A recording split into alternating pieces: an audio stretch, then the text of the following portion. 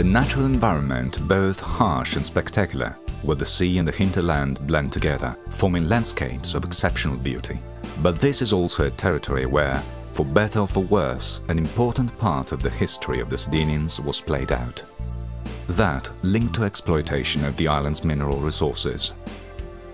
Visiting the area of Bugerru and exploring its network of walking trails offers us a unique opportunity to revisit those moments in history through its places, from the early settlements to the present day, and to discover a fascinating, rich natural environment where sea and land meet, with imposing cliffs and beaches of pure white sand.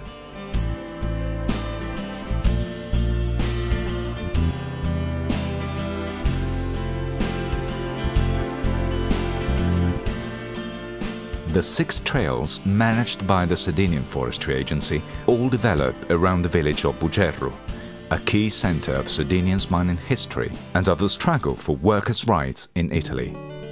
On the 4th of September 1904, the miners, who were demanding better wages, were charged by the Carabinieri. 3 miners were killed and many others were injured. This was the spark which set off the first nationwide strike.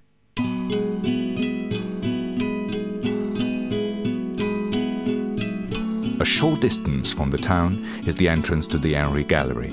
This great work, one of the most important mine engineering works of the 19th century Italy, was built to transport the mined ore to the washeries. The gallery, which can be visited with prior booking, winds through a long route, amidst tunnels and passages excavated in the cliff overlooking the sea.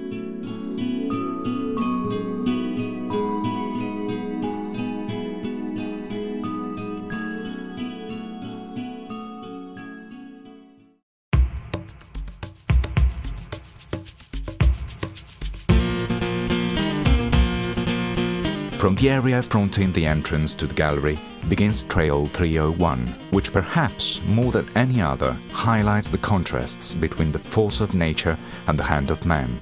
In about 2 hours' walk it will take us from Bugerru to the beautiful beach of Cala Domestica. Along the way we come to the ruins of the village of Pranosartu.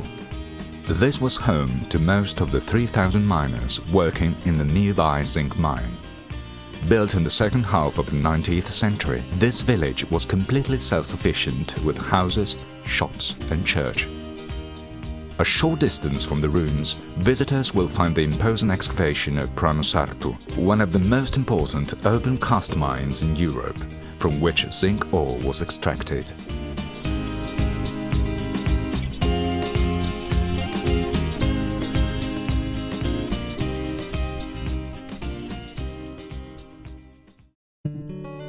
But testimonials to past mining activity are scattered along all the trails proposed. Quarries, galleries and what remains of the infrastructures and the great mine working machinery all have left an indelible mark on the territory, in some stretches making the landscape almost lunar, solitary and ghostly. As is the case of the ghost village of Grugua, an ancient rural hamlet today mostly abandoned and used as sheepfolds, which up to the last century was an important settlement. Nature, once the drills fell silent, once again took over a role as leading player in the territory.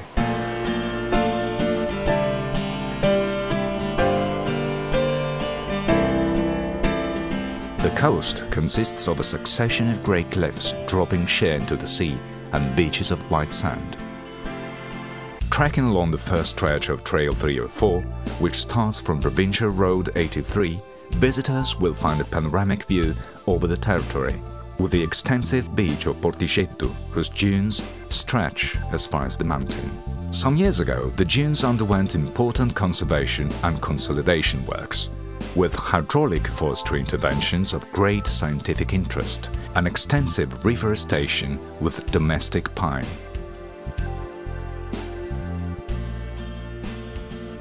You will also find breathtakingly spectacular views along Trail 301, which in its first portion winds above the imposing high cliffs and then penetrates the high plateau in the direction of Cala Domestica along a panoramic trail of great impact, dominated by the scents and colors of Mediterranean scrub.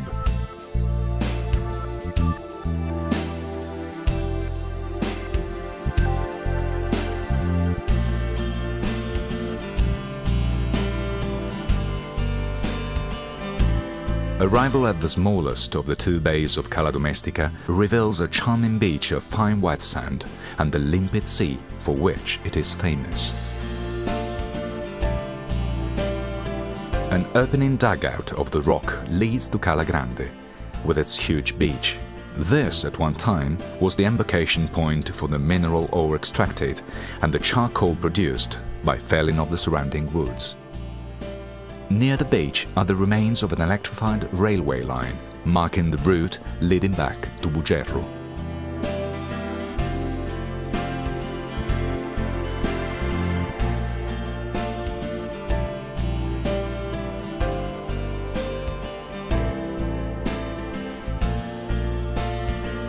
But the interior of this territory, too, is a succession of always changing landscapes. Naked limestone rock dotted with flowers and bushes, or the basin of Piscina Morta, one of the only two natural lakes in Sardinia.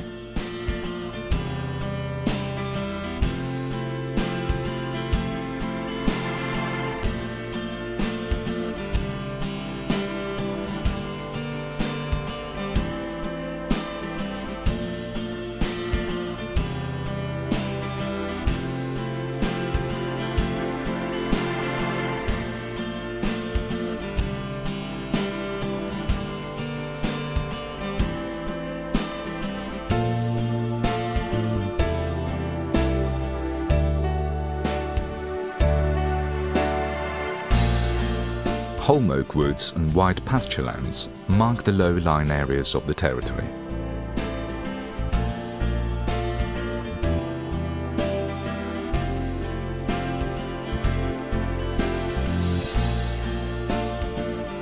The striking canyon of Gutturo Cardagio along Trail 302 is a magnet, drawing free climbing buffs thanks to its high steep walls, where rock climbers will find many equipped climbing routes.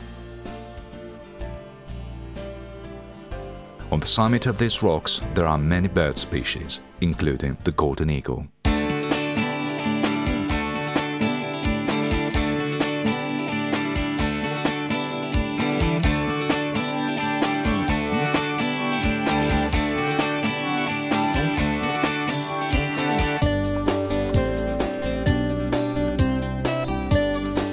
The trails of the Iglesiente, managed by the Sardinian Forestry Agency, are all clearly signposted and have panels with information on the characteristics of each trail, duration of the walk and route markings. The map of the trail network, together with other information, is available on the Sardinian Forestry Agency's website and from its local offices.